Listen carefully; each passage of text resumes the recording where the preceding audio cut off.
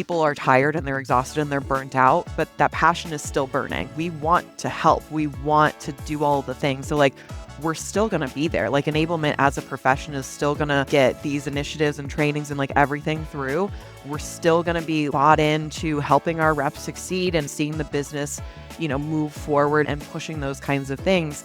Even though it kind of goes through these ups and downs and ebbs and flows, enablement's going to be here for a while. And it's the companies that know how to properly leverage it that are going to see the results at the end of the day. Welcome to the Enablement Edge, the go-to resource for enablement and go-to-market pros.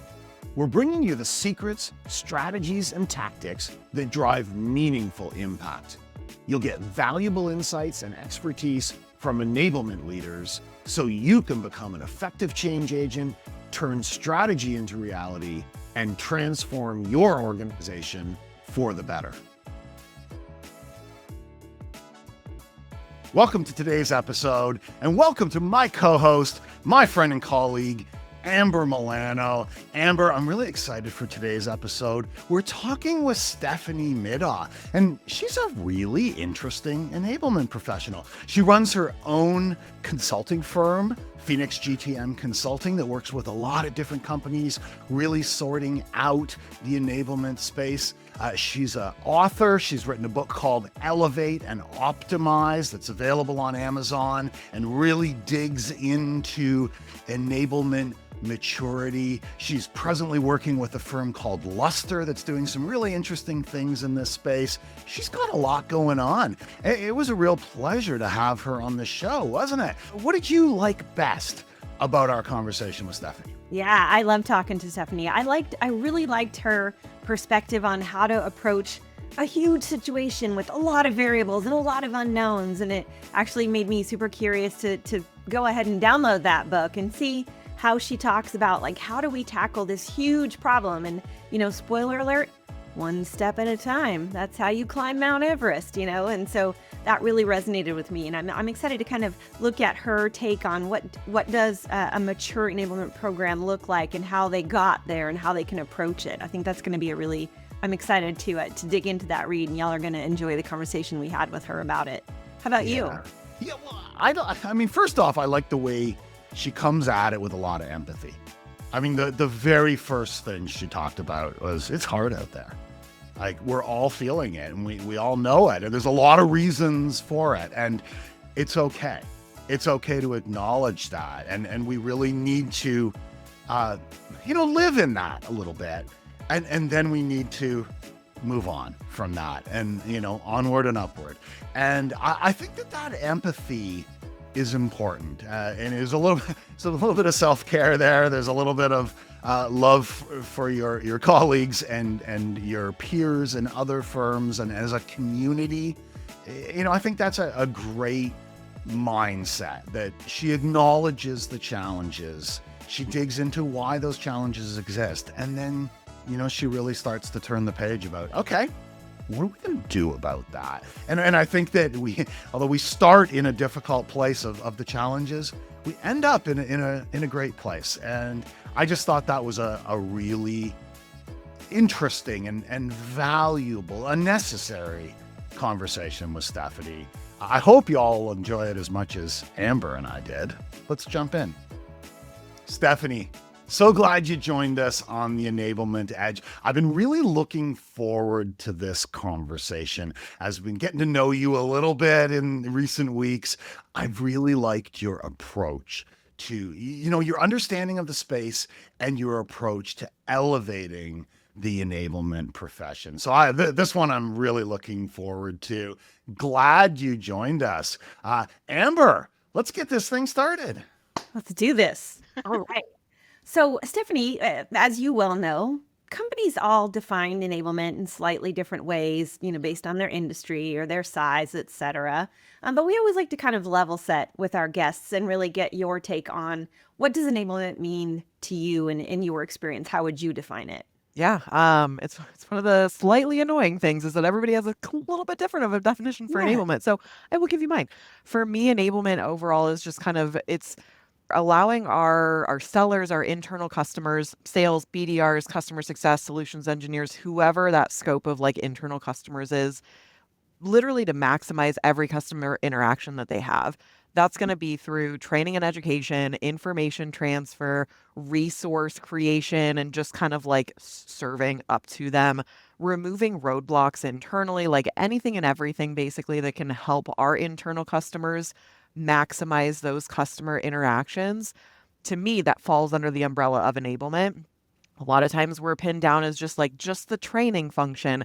And if you're using enablement or if you're thinking of enablement in that way, you are missing out on so much of the goodness of what enablement can bring to an organization and should bring to an organization. So like brass tacks, that's what it should be, is like maximizing or allowing our internal customers to maximize every customer interaction in whatever way, shape, or form that kind of presents itself in.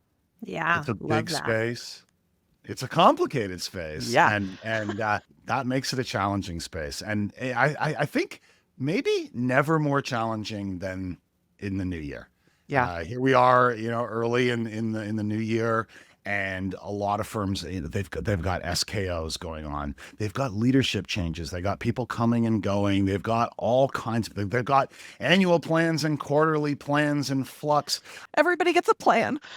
There was a plan. True But when we story. spoke last week, you said you thought it was extra hard this year Yeah. for a lot of enablers. And I mean, you talked to a lot of your peers, Yeah. and you said that you thought it was extra hard this go round. Tell us what you're thinking there. Yeah, it's been kind of interesting. I've chatted with a lot of enablement professionals, folks that are new to me and folks that I've been, working with and just collaborating with throughout the years. And there's just this really sad kind of common thread of just like, you see it on their face, you see it in their body language, like I'm exhausted.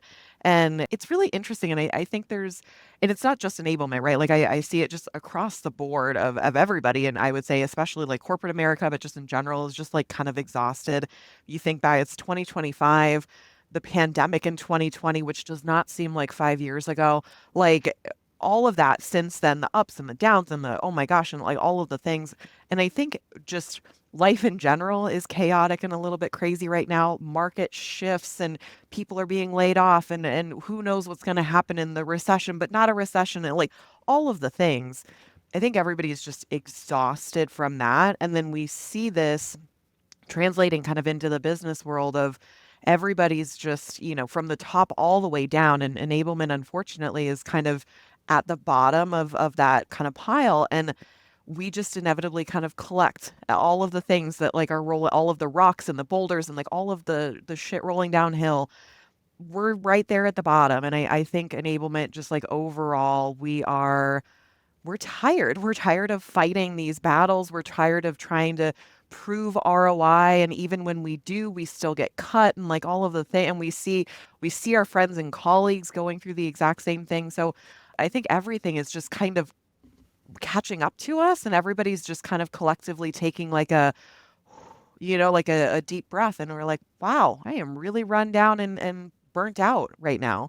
And it's sad. It's definitely sad to see, but I think and we're going to talk about it a little bit later, but just like, what can we do to kind of like move past this, right? And look on the brighter side of everything. But I think it's an important thing to recognize and validate. If you're feeling tired, if you are exhausted, if you are banging your head against a wall in enablement, you are not alone. There are plenty of us that are also feeling that exact same way or have in the past. And we're like here to support you. And that's my favorite thing about enablement overall, is like the community of like people that are willing to be like, yes, everything that you feel is valid, and we are here to support you and help you get through it. Amber, you've been in enablement for a long time.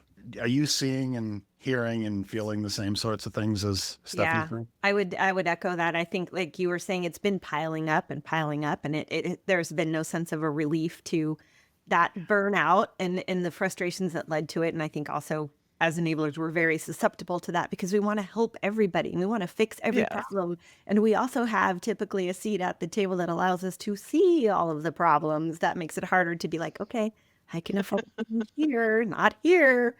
What would you say, do you think is causing all of this, and it's causing that, pile and landing with us at the bottom of the stack? I mean, there could be any number of reasons, but at the end, like I think one of the major things is just the uncertainty kind of in the markets across the board. So I've been just from like 2020, I've been in a number of different industries, and I would say no industry is safe from kind of the tumultuous ups and downs and whatever. Even in the AI space, which I was most recently kind of in, is still just, it's hot, it's not, it's hot, it's not. Like, what's going on? Oh my God. So it's an interesting kind of, I think everybody across the board is feeling it. And I think it's just selling is a hell of a lot harder now. You can't just like, people aren't just giving you their credit cards and their bank accounts to kind of get through. So, like, prospecting, getting a meeting on the books, and even closing a deal and signing like all of these things are just magnified and made so much harder. The executive leadership at the top is getting pressure from their board and their stakeholders and, shareholders and like all of the things, all the way down to frontline managers are getting squeezed in the middle between the executives at the top and their reps at the very bottom that are frustrated around everything. And Amber, to your point, in enablement, we're like, but we just want to help. We just want to fix all the things for you. And I'm going to try over here and I'm going to try over there. So I think it's just, to your point, it's everything just kind of collectively kind of coming together and to a point, or I don't know what, but I think there's a market shifts, I think, have a lot to do with a lot of it, and just kind of external things that we can't control. And that's frustrating because we could make our sellers better, but that may or may not work all the time. And that's a hard pill to swallow. And let's add on to that. You actually mentioned this AI, Yeah. and we're not going to turn this into an AI episode. We've done those. Everybody's Sure. doing those. Yeah. Critically important. But I got to pull on that thread that you Yeah. mentioned in there.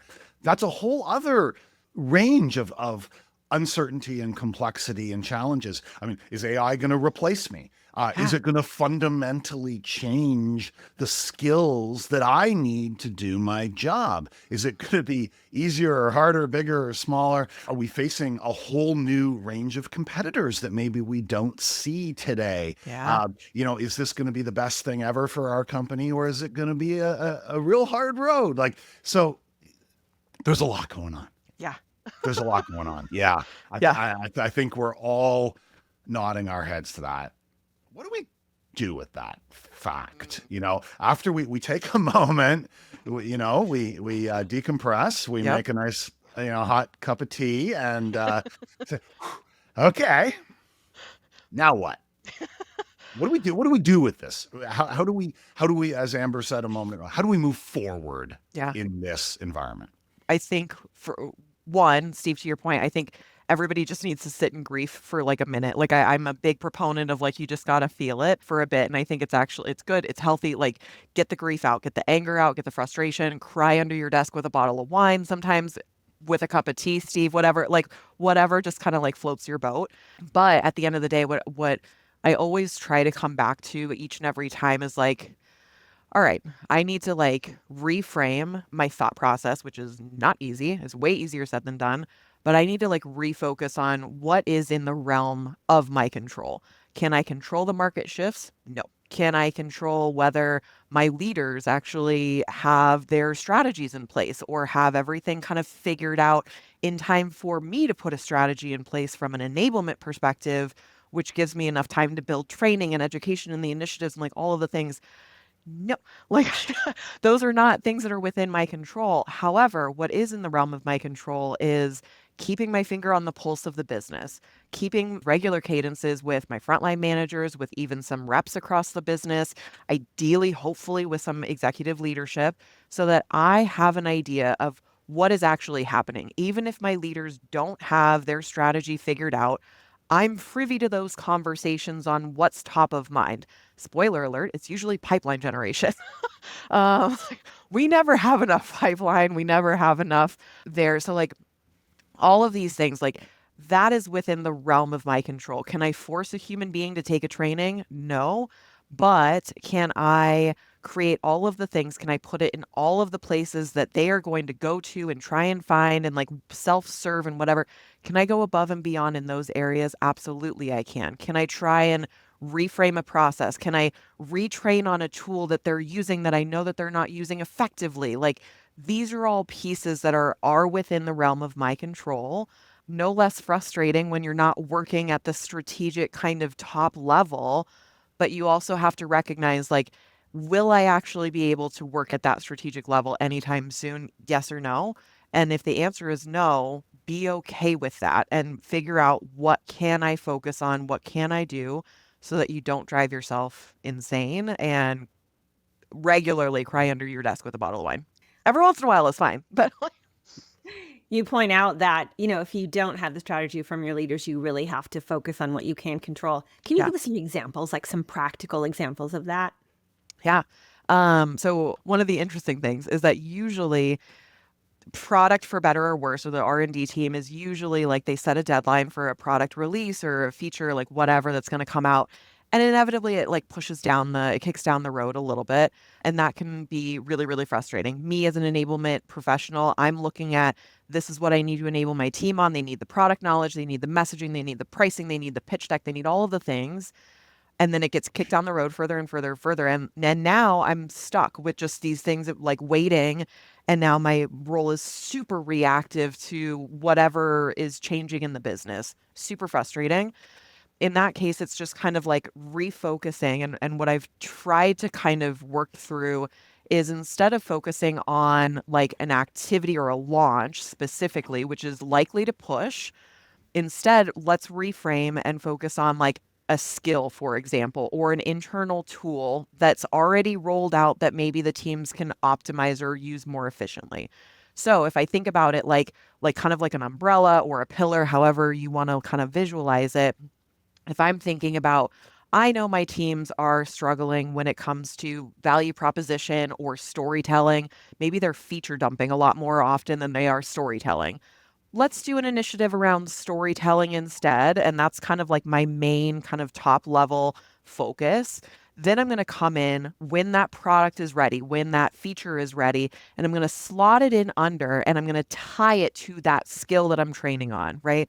So like this top level, that's within the realm of my control. Now I can go and get buy-in from my leaders. I can tie some metrics to it. And then when the product is ready or whatever the thing is, when that's ready, you slot it in and you're training on a skill now instead of waiting because inevitably if you train on the product, they're going to feature dump again. So like training on the skill at the very top. So that's how I try and like reframe my mind and not scream at my product folks. So just like, why is this not ready yet? And but it's not on them either. Like they're running into their own thing. So like having some empathy for what they're going through and being like, okay, I'm just gonna take a step back and this is what I'll focus on instead. When y'all are ready, fill me in, bloop me in. I got a plan. We're gonna execute on the plan when it's ready. And in the meantime, I have something else I can focus on. Love that. It also makes your teams feel like they're continuously being supported and getting more prepared, Right. even as that, deadline might be getting pushed out and further and further out. So Exactly. love that. Great Yeah. example. We know that firms are at very different stages of maturity when it comes to enablement. That's always been true. Many people have built out maturity models and various sorts of things to help us diagnose that and figure out what to do with that information and how to elevate and improve and mature our business. You went further and you wrote a book about it. Tell us about that. Tell us about what spurred you to do that. It's a lot of work. Probably something a lot of people have maybe considered, thought about doing, Sure. but not so many have actually done the work. What drove you to do that? What made that feel like it was important to you? And then tell us about the book itself. Really, who it's written for and what they can gain from reading it. Yeah. To Amber's point earlier, like enablement professionals just want to like give and they want to solve problems and whatever. And I like to be enablement for enablement at a certain point. So like years ago, I co-founded an enablement like online community. The book was the exact same kind of brainchild passion project. I had developed this maturity model when I was doing consulting. For a little bit, I had a client of mine that was asking me like, well, we had enablement. It didn't quite fit what we needed it to be. Can you help us define what enablement should be for our company?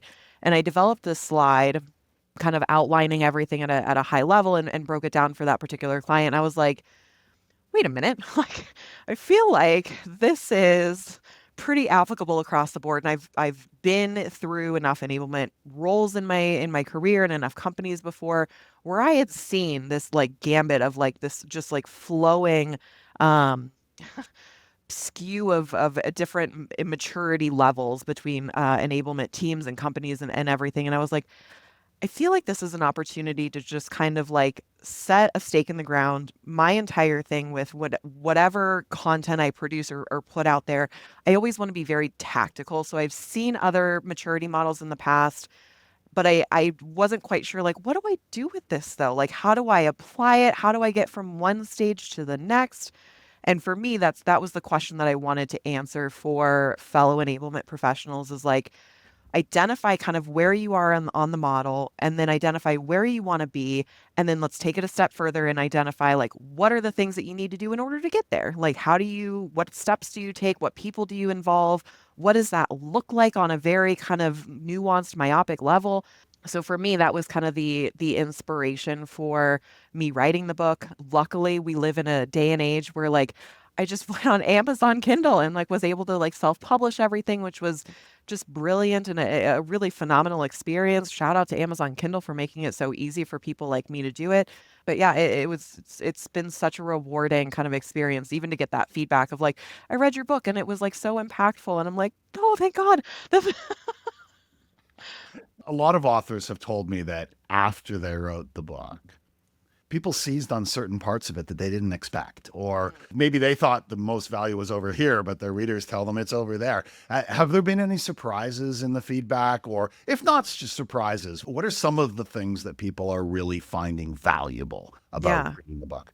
Some of the feedback that I've been getting, one of the things that I really drill into in the book, and even a couple of presentations that I've given about kind of the content in the book, is like I really reinforce this idea of like being honest with yourself and setting realistic goals for like what it should be. We all look at the most mature, we want to like have a 12-month roadmap on everything and it doesn't change and only 5% of our stuff is reactive and what like, but that's probably going to happen. And I think it's one of the things that I drill into, and it's some of the feedback that I've gotten from other people is they really appreciate kind of that message of like, it's okay if you are stuck in what's like kind of a lower level of maturity for a little bit.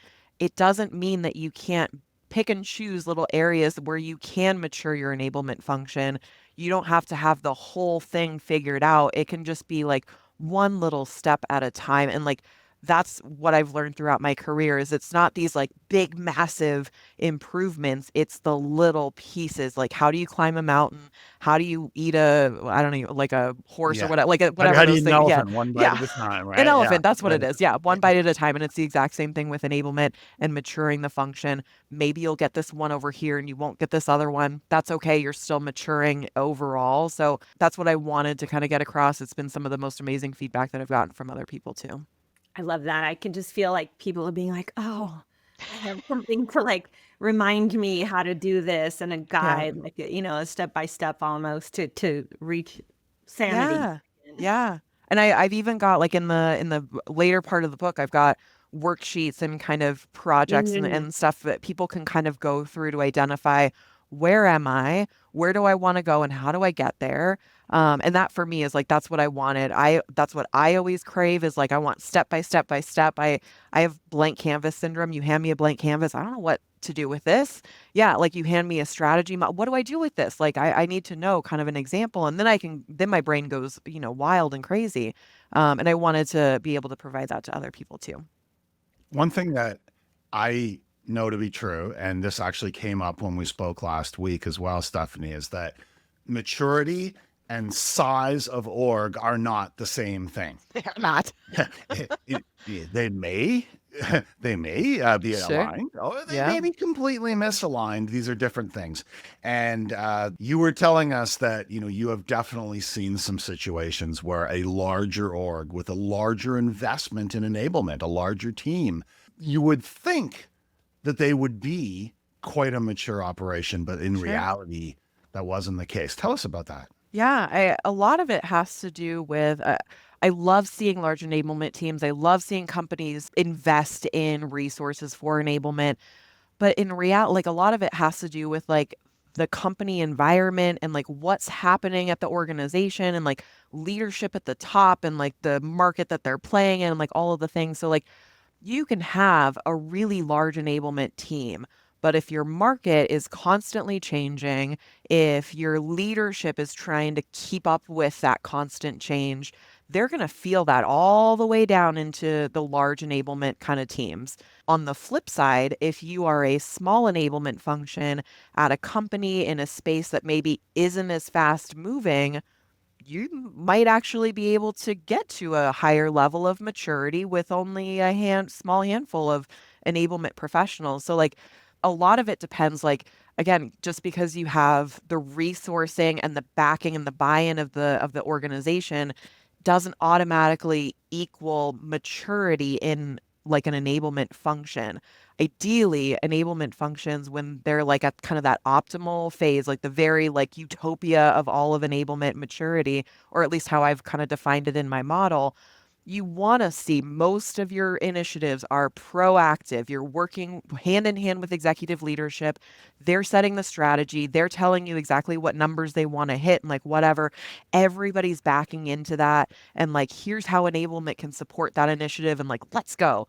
And I think it's kind of a misnomer that like the bigger the team, the more mature they're going to be. That's not necessarily true. It very much depends on the company, on the leadership, on the space, on the market, on a lot of different factors. So like one does not always equal the other. But like and I mentioned this actually in a presentation that I did a couple months ago on this, is like for hypergrowth startups, you have to be honest with yourself again in so far as like probably not going to get out of stage 2 of the like enablement maturity for a while. And that's okay. Like, it doesn't mean that you're failing. It doesn't mean that you're doing something wrong. That's where you are. And like trying to push your agenda to mature an organization may not always work either. And you yourself might turn into a roadblock in enablement, and you don't want to do that either. So it's being honest with yourself, being realistic, and then setting realistic goals for what's actually possible in your company, in your market, with your leadership, et cetera. And then living in that and understanding what levers you can pull to move some pieces forward. I love that. It feels so tangible. Like I can imagine looking at the maturity assessment and figuring out where I'm at and then being Yeah. told, this is where you are.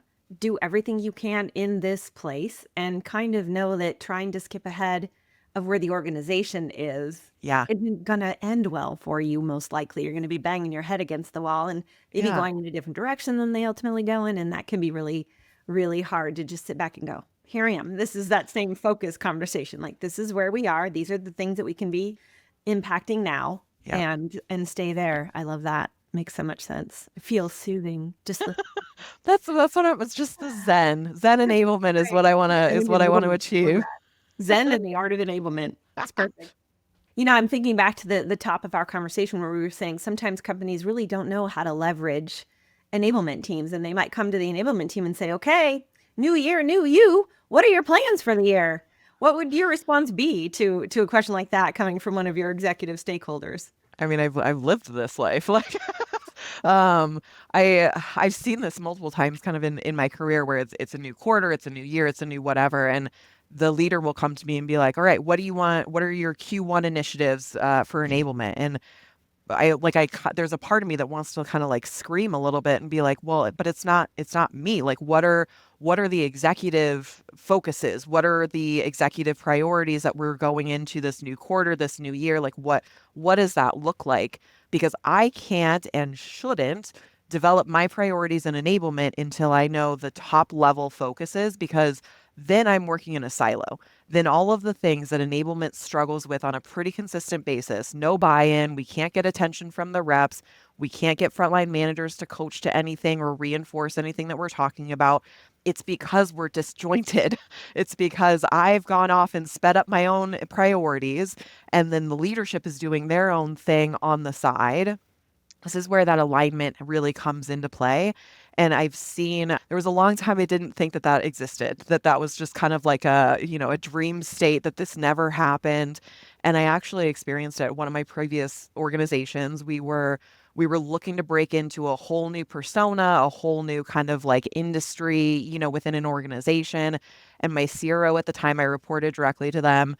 He came to me and he was like, Steph, we want to break into this new persona. How can enablement, help us achieve this? Basically, here are the marks that we want to hit. Here are the numbers that we want to go with. And I was able to develop an entire program around it of just like, here's the persona, here's what they care about, here's the product features that they're gonna like gravitate towards the most. Here's how you are able to do that. Here's how you multi-thread between our initial persona and like this new persona, and like all of the, and it was, guys, it was beautiful. It was so amazing. And what happened was that I was actually able to tie impact to everything. I was able to look at meetings booked by our BDRs. I was able to look at close rate. I was able to look at competitor win rate. I was able to look at sales velocity because we had everything figured out. So I know it exists now. Like I've seen it, and it is a beautiful thing. You just described what I would call transformational enablement. Yes. You were able to impact the business because you were aligned with the business. Yes. You knew what the business's goals were, and then you were able to develop a strategy to get them there in the ways that you could get them there. Yes. And then the best part, you have that, the data to show that you were successful because you achieved those things. It's amazing. It was the most amazing thing. I'm like, enablement nirvana. I just like, it's one of those things that like, whenever I am having a bad day, like in enablement, and I'm just like, why am I doing, what is going on? I look back to that and I was like, it's possible, guys. Like, it's there. I know it exists. I've seen it happen.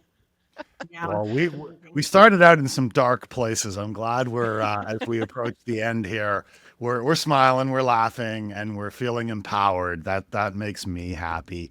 Let's cap off with a little lightning round, Stephanie. Okay. We like to have a little fun with. We actually ask these same 3 questions to all of our guests, and it's been an interesting little adventure. Love it. Let's do it with you. Number 1. What is something that is going to really fundamentally change in enablement over the next 18 to 24 months? We touched on it briefly. Steve, you mentioned it. AI, I think, is really going to be. I've heard from a number of enablement colleagues that they've been tasked with from their leadership team to like figure out what AI tools do we need AI? What does it look like? Which tools do we already have that have it? Like, what does this look like? If we need to include AI in our strategy or plan, and like, what is that? It's interesting. When I was attending conferences the year before last, so 2023, everybody was very excited about AI. Like, it's going to change everything and it's going to be amazing and whatever. And like, everybody was on the hype cycle, right? 2024, when I started attending conferences, I heard some skepticism of just like, well, it's not quite the silver bullet that we thought. And you have to be a little bit careful. Having just like left kind of the generative AI space, I'm very familiar with kind of all of the things. AI can hallucinate, and you have to double check and make sure the answers that it's giving you are correct. Like, there's all of these little things. So like, people are still positive and like definitely like keeping their eye on it, but they're a little bit more skeptical of, it's not going to fix everything, right? We can use it and we think it can make us more productive and efficient within reason. And like, how do we do that? So that's where I would say, like, I think AI is going to be a thing, but I think people are going to start looking at it more skeptically, and vendors in that space are going to have to prove that like, you can't just say like, we have AI and like it wins a deal. Like, that's not going to happen. Hopefully using it strategically and not just to say you did. Yeah, exactly. Stephanie, what's not going to change in enablement? What's not going to change it's going to sound a little bit campy and corny. It's going to be like the passion that enablement professionals like bring.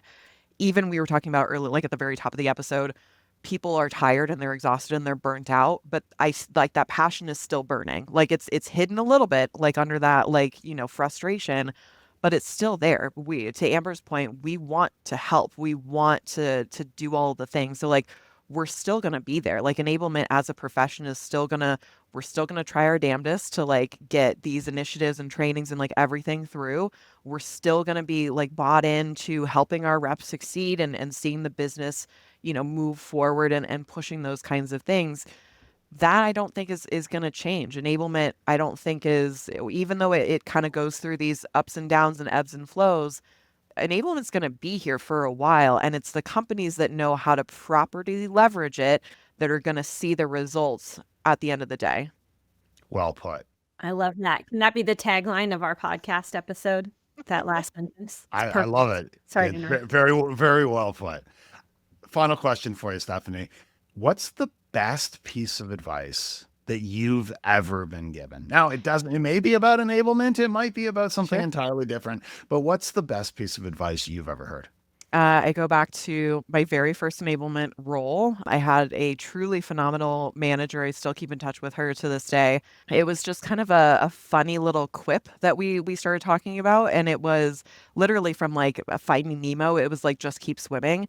And that became like our motto as like an enablement team. And honestly, like it's just one of those things where I feel like in enablement, especially, like we're like trudging through all of the things, and it's just keep swimming, just keep moving forward, just keep trying. And honestly, like, I mean, it applies in every element of life too, but anytime I get down on myself, anytime I do anything, it's funny, we even still comment on like LinkedIn posts, me and my former manager, of just like, just keep swimming. Like that's the one. And it sticks with me, and it's got a special place in my heart. I love it. Another motto to live by. You got a lot of them, Stephanie. I'm full of it, Steve. Well, you could put it that way, or maybe, you might want to, workshop that word. I mean, yeah, we'll think about it. I don't know. This has been great, Stephanie. Okay, everyone, listeners, viewers, go to Amazon, buy Elevate and Optimize. Lots to learn, lots to be inspired by. Where else and how else can people get more of you, Stephanie? Where do they find you? I'm all over LinkedIn, so I love connecting with people. Please connect with me, send me a message or whatever. I love having little coffee chats and stuff with folks. So find me on LinkedIn. More than happy to. Definitely, I would love it if you buy my book, and if you do, give me your feedback. I want to hear the good, the bad, the ugly. Love it. Thanks so much for joining us. Thank you. Thanks for joining us on the Enablement Edge. We're on YouTube and all your favorite podcast providers. See you next time. The Enablement Edge is brought to you by the team at Seismic. Seismic is the global leader in enablement, keeping organizations on the cutting edge of engaging customers, enabling teams, and igniting revenue growth. You can learn more at seismic.com.